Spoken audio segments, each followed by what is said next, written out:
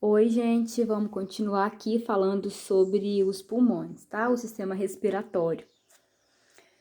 Vamos falar agora, depois de ter visto a respiração pulmonar e celular, como uma se relaciona com a outra, vamos ver as superfícies respiratórias. Uma superfície é o local da troca gasosa, né? Quando eu falo qual é a superfície respiratória, estou dizendo que é o local onde o O2 ele vai ser trocado por CO2.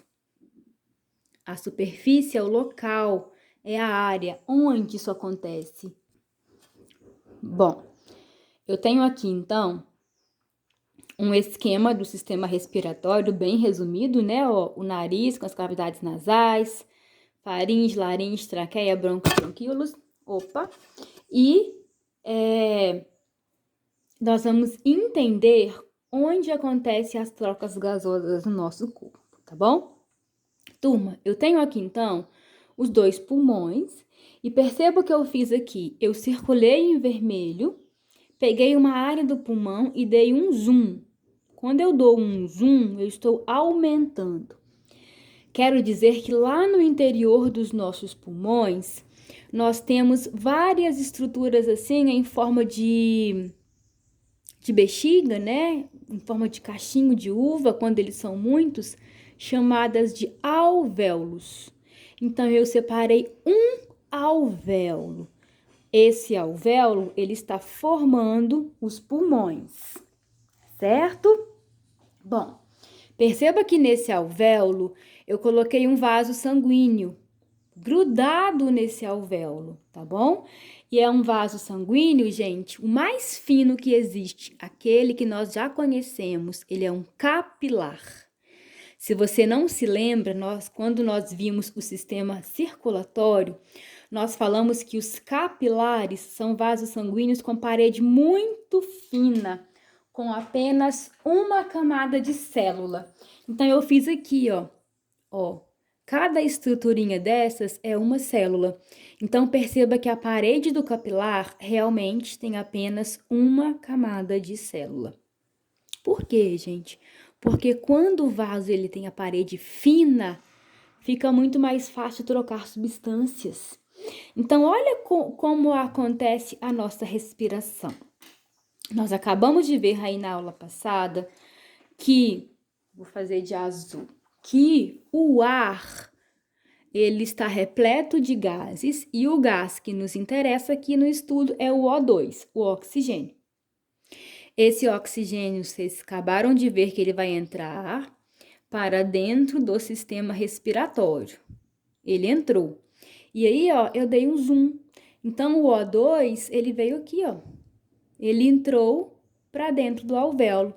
Então, o alvéolo, ele fica com uma grande quantidade de O2, de gás, oxigênio. No nosso sangue, turma, também tem gás oxigênio, só que tem menos, Ó, vamos contar? Aqui no meu sangue eu tenho 2 moléculas de gás oxigênio. Dentro do alvéolo eu tenho 1, 2, 3, 4, 5, 6. Então eu tenho muito mais oxigênio dentro do alvéolo e menos oxigênio no sangue. O que acontece? O oxigênio ele atravessa a parede do alvéolo e cai no sangue. Então agora o sangue vai ficar com mais oxigênio. E o oxigênio do sangue vai se ligar às hemácias e o sangue vai distribuir esse oxigênio para todas as nossas células. Turma, para que o oxigênio consiga sair de dentro do pulmão e passar para o sangue, essa parede aqui, do alvéolo, que está em preto, ela tem que ser muito fina para o oxigênio conseguir passar. E a parede do vaso sanguíneo, a parede do capilar, também tem que ser muito fina para o oxigênio conseguir passar. Então, turma, o oxigênio ele vai alcançar o sangue. O oxigênio ele vai do lugar onde ele está em maior quantidade para onde tem menor quantidade.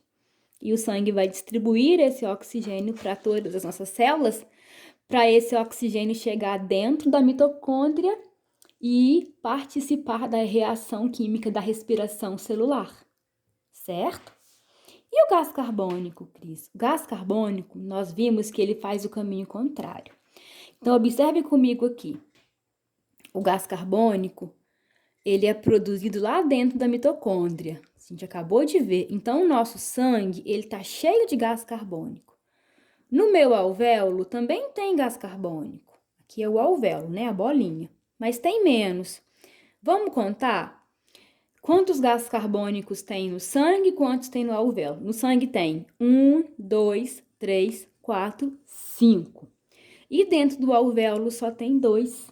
O gás carbônico, ele vai passar de onde ele tem mais para onde ele tem menos. Então, ele sai do sangue, atravessa a parede do capilar, atravessa a parede do alvéolo e cai aqui dentro. Perceba, gente, que o gás carbônico está fazendo o caminho contrário do oxigênio.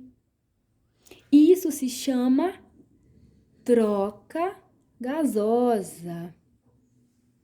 Eu troco quem? Eu troco o oxigênio pelo gás carbônico. Entra oxigênio e sai gás carbônico. E esse gás carbônico vai sair, olha por onde que ele vem. Ele sai aqui do meu alvéolo, eu tô aqui, ó. Esse gás carbônico, ele vai fazer o caminho contrário do oxigênio. O oxigênio entra para dentro de mim, o gás carbônico sai, porque ele é tóxico, ele não pode ficar dentro de nós.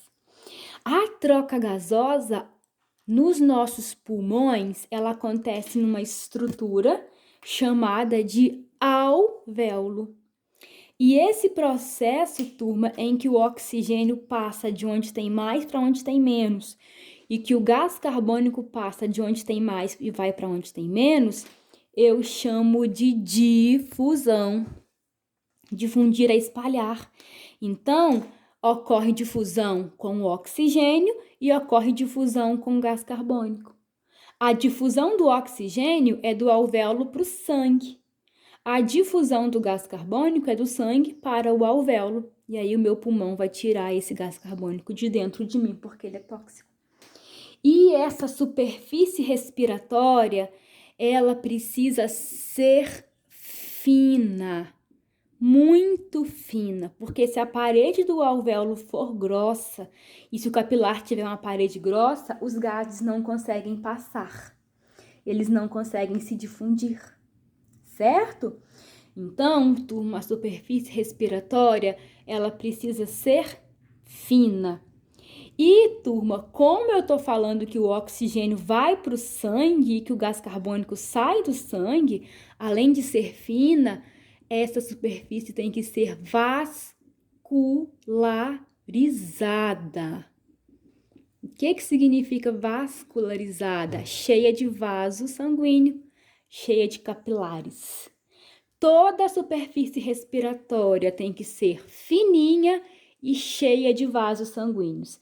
É assim com os pulmões, né? O meu exemplo aqui foi os pulmões, mas é assim também com as brânquias e é assim também com a pele, para quem faz respiração cutânea. E falando em respiração cutânea, vamos lembrar dos anfíbios e dos peixes? Olha lá, meu sapo, que bonitinho. Gostou? Fiz com carinho, hein? Os anfíbios são animais que nós conhecemos como sapos, rãs, pererecas, salamandras e cobras cegas. Os anfíbios, turma, eles têm pulmões na fase adulta. Então, o sapo adulto, ele tem pulmões.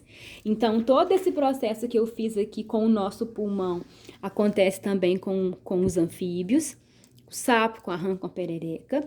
Quando esse sapo, ele é um girino, ele não tem pulmões, você se lembra disso? Ele tem brânquias. O girino, ele tira o oxigênio de dentro da água pelas brânquias. Mas nós vimos lá no 7º ano que os anfíbios, eles descendem dos peixes. Então, os anfíbios, eles têm pulmões, aqui, ó, bonitinho, ó. Mas são pulmões muito pequenos, que não dão conta de fazer o animal respirar só pelos pulmões. E quem vem ajudar? A pele. A respiração cutânea é a respiração que acontece pela pele. Como que é a pele desse anfíbio? é uma pele fina, para os gases conseguirem passar por ela, e é uma pele vascularizada, ou seja, cheia de vasos sanguíneos. Além disso, nós vimos lá no ano passado que é uma pele úmida, para a difusão ser mais eficiente. Então, como é que acontece a respiração pela pele? É chamada cutânea. O oxigênio que está no ar entra pela pele e vem aqui para dentro do anfíbio. E o gás carbônico que é produzido na mitocôndria deles também passa pela pele e alcança a atmosfera, o ar. Igualzinho acontece lá no nosso pulmão, só que a superfície respiratória deles é a pele, tá bom? E nos peixes? Os peixes são animais aquáticos. Nós sabemos que a respiração dos peixes é branquial. Os peixes têm brânquias, assim como o girino, né? A fase larval dos anfíbios. O peixe, gente, falando em peixe ósseo, né? Tem uma estrutura aqui, ó, uma placa óssea chamada de opérculo. Opérculo. Quando eu levanto esse opérculo, quem que tá ali atrás? As brânquias. E quem já viu brânquia de peixe sabe que as brânquias, elas são vermelhas. Por quê? Tem muito sangue ali. Então, as brânquias são superfícies vascularizadas. Além disso, as brânquias, elas são finas para permitir com mais facilidade a troca gasosa. Certo? E o peixe, ele vai tirar o oxigênio que está junto com a água. Essa água, ela entra pela boca do peixe com o oxigênio fica retido na brânquia e sai a água mais o gás carbônico. Certo? Muito bem. A respiração cutânea, além de acontecer com os anfíbios, acontece também com os anelídeos. Vocês se lembram das sanguessugas e das minhocas, que são anelídeos? Elas também têm respiração cutânea. Tranquilo? Então, nós terminamos de falar sobre as superfícies respiratórias. Espero que tenham gostado ou achado interessante. Um abraço e até a próxima aula. Tchau!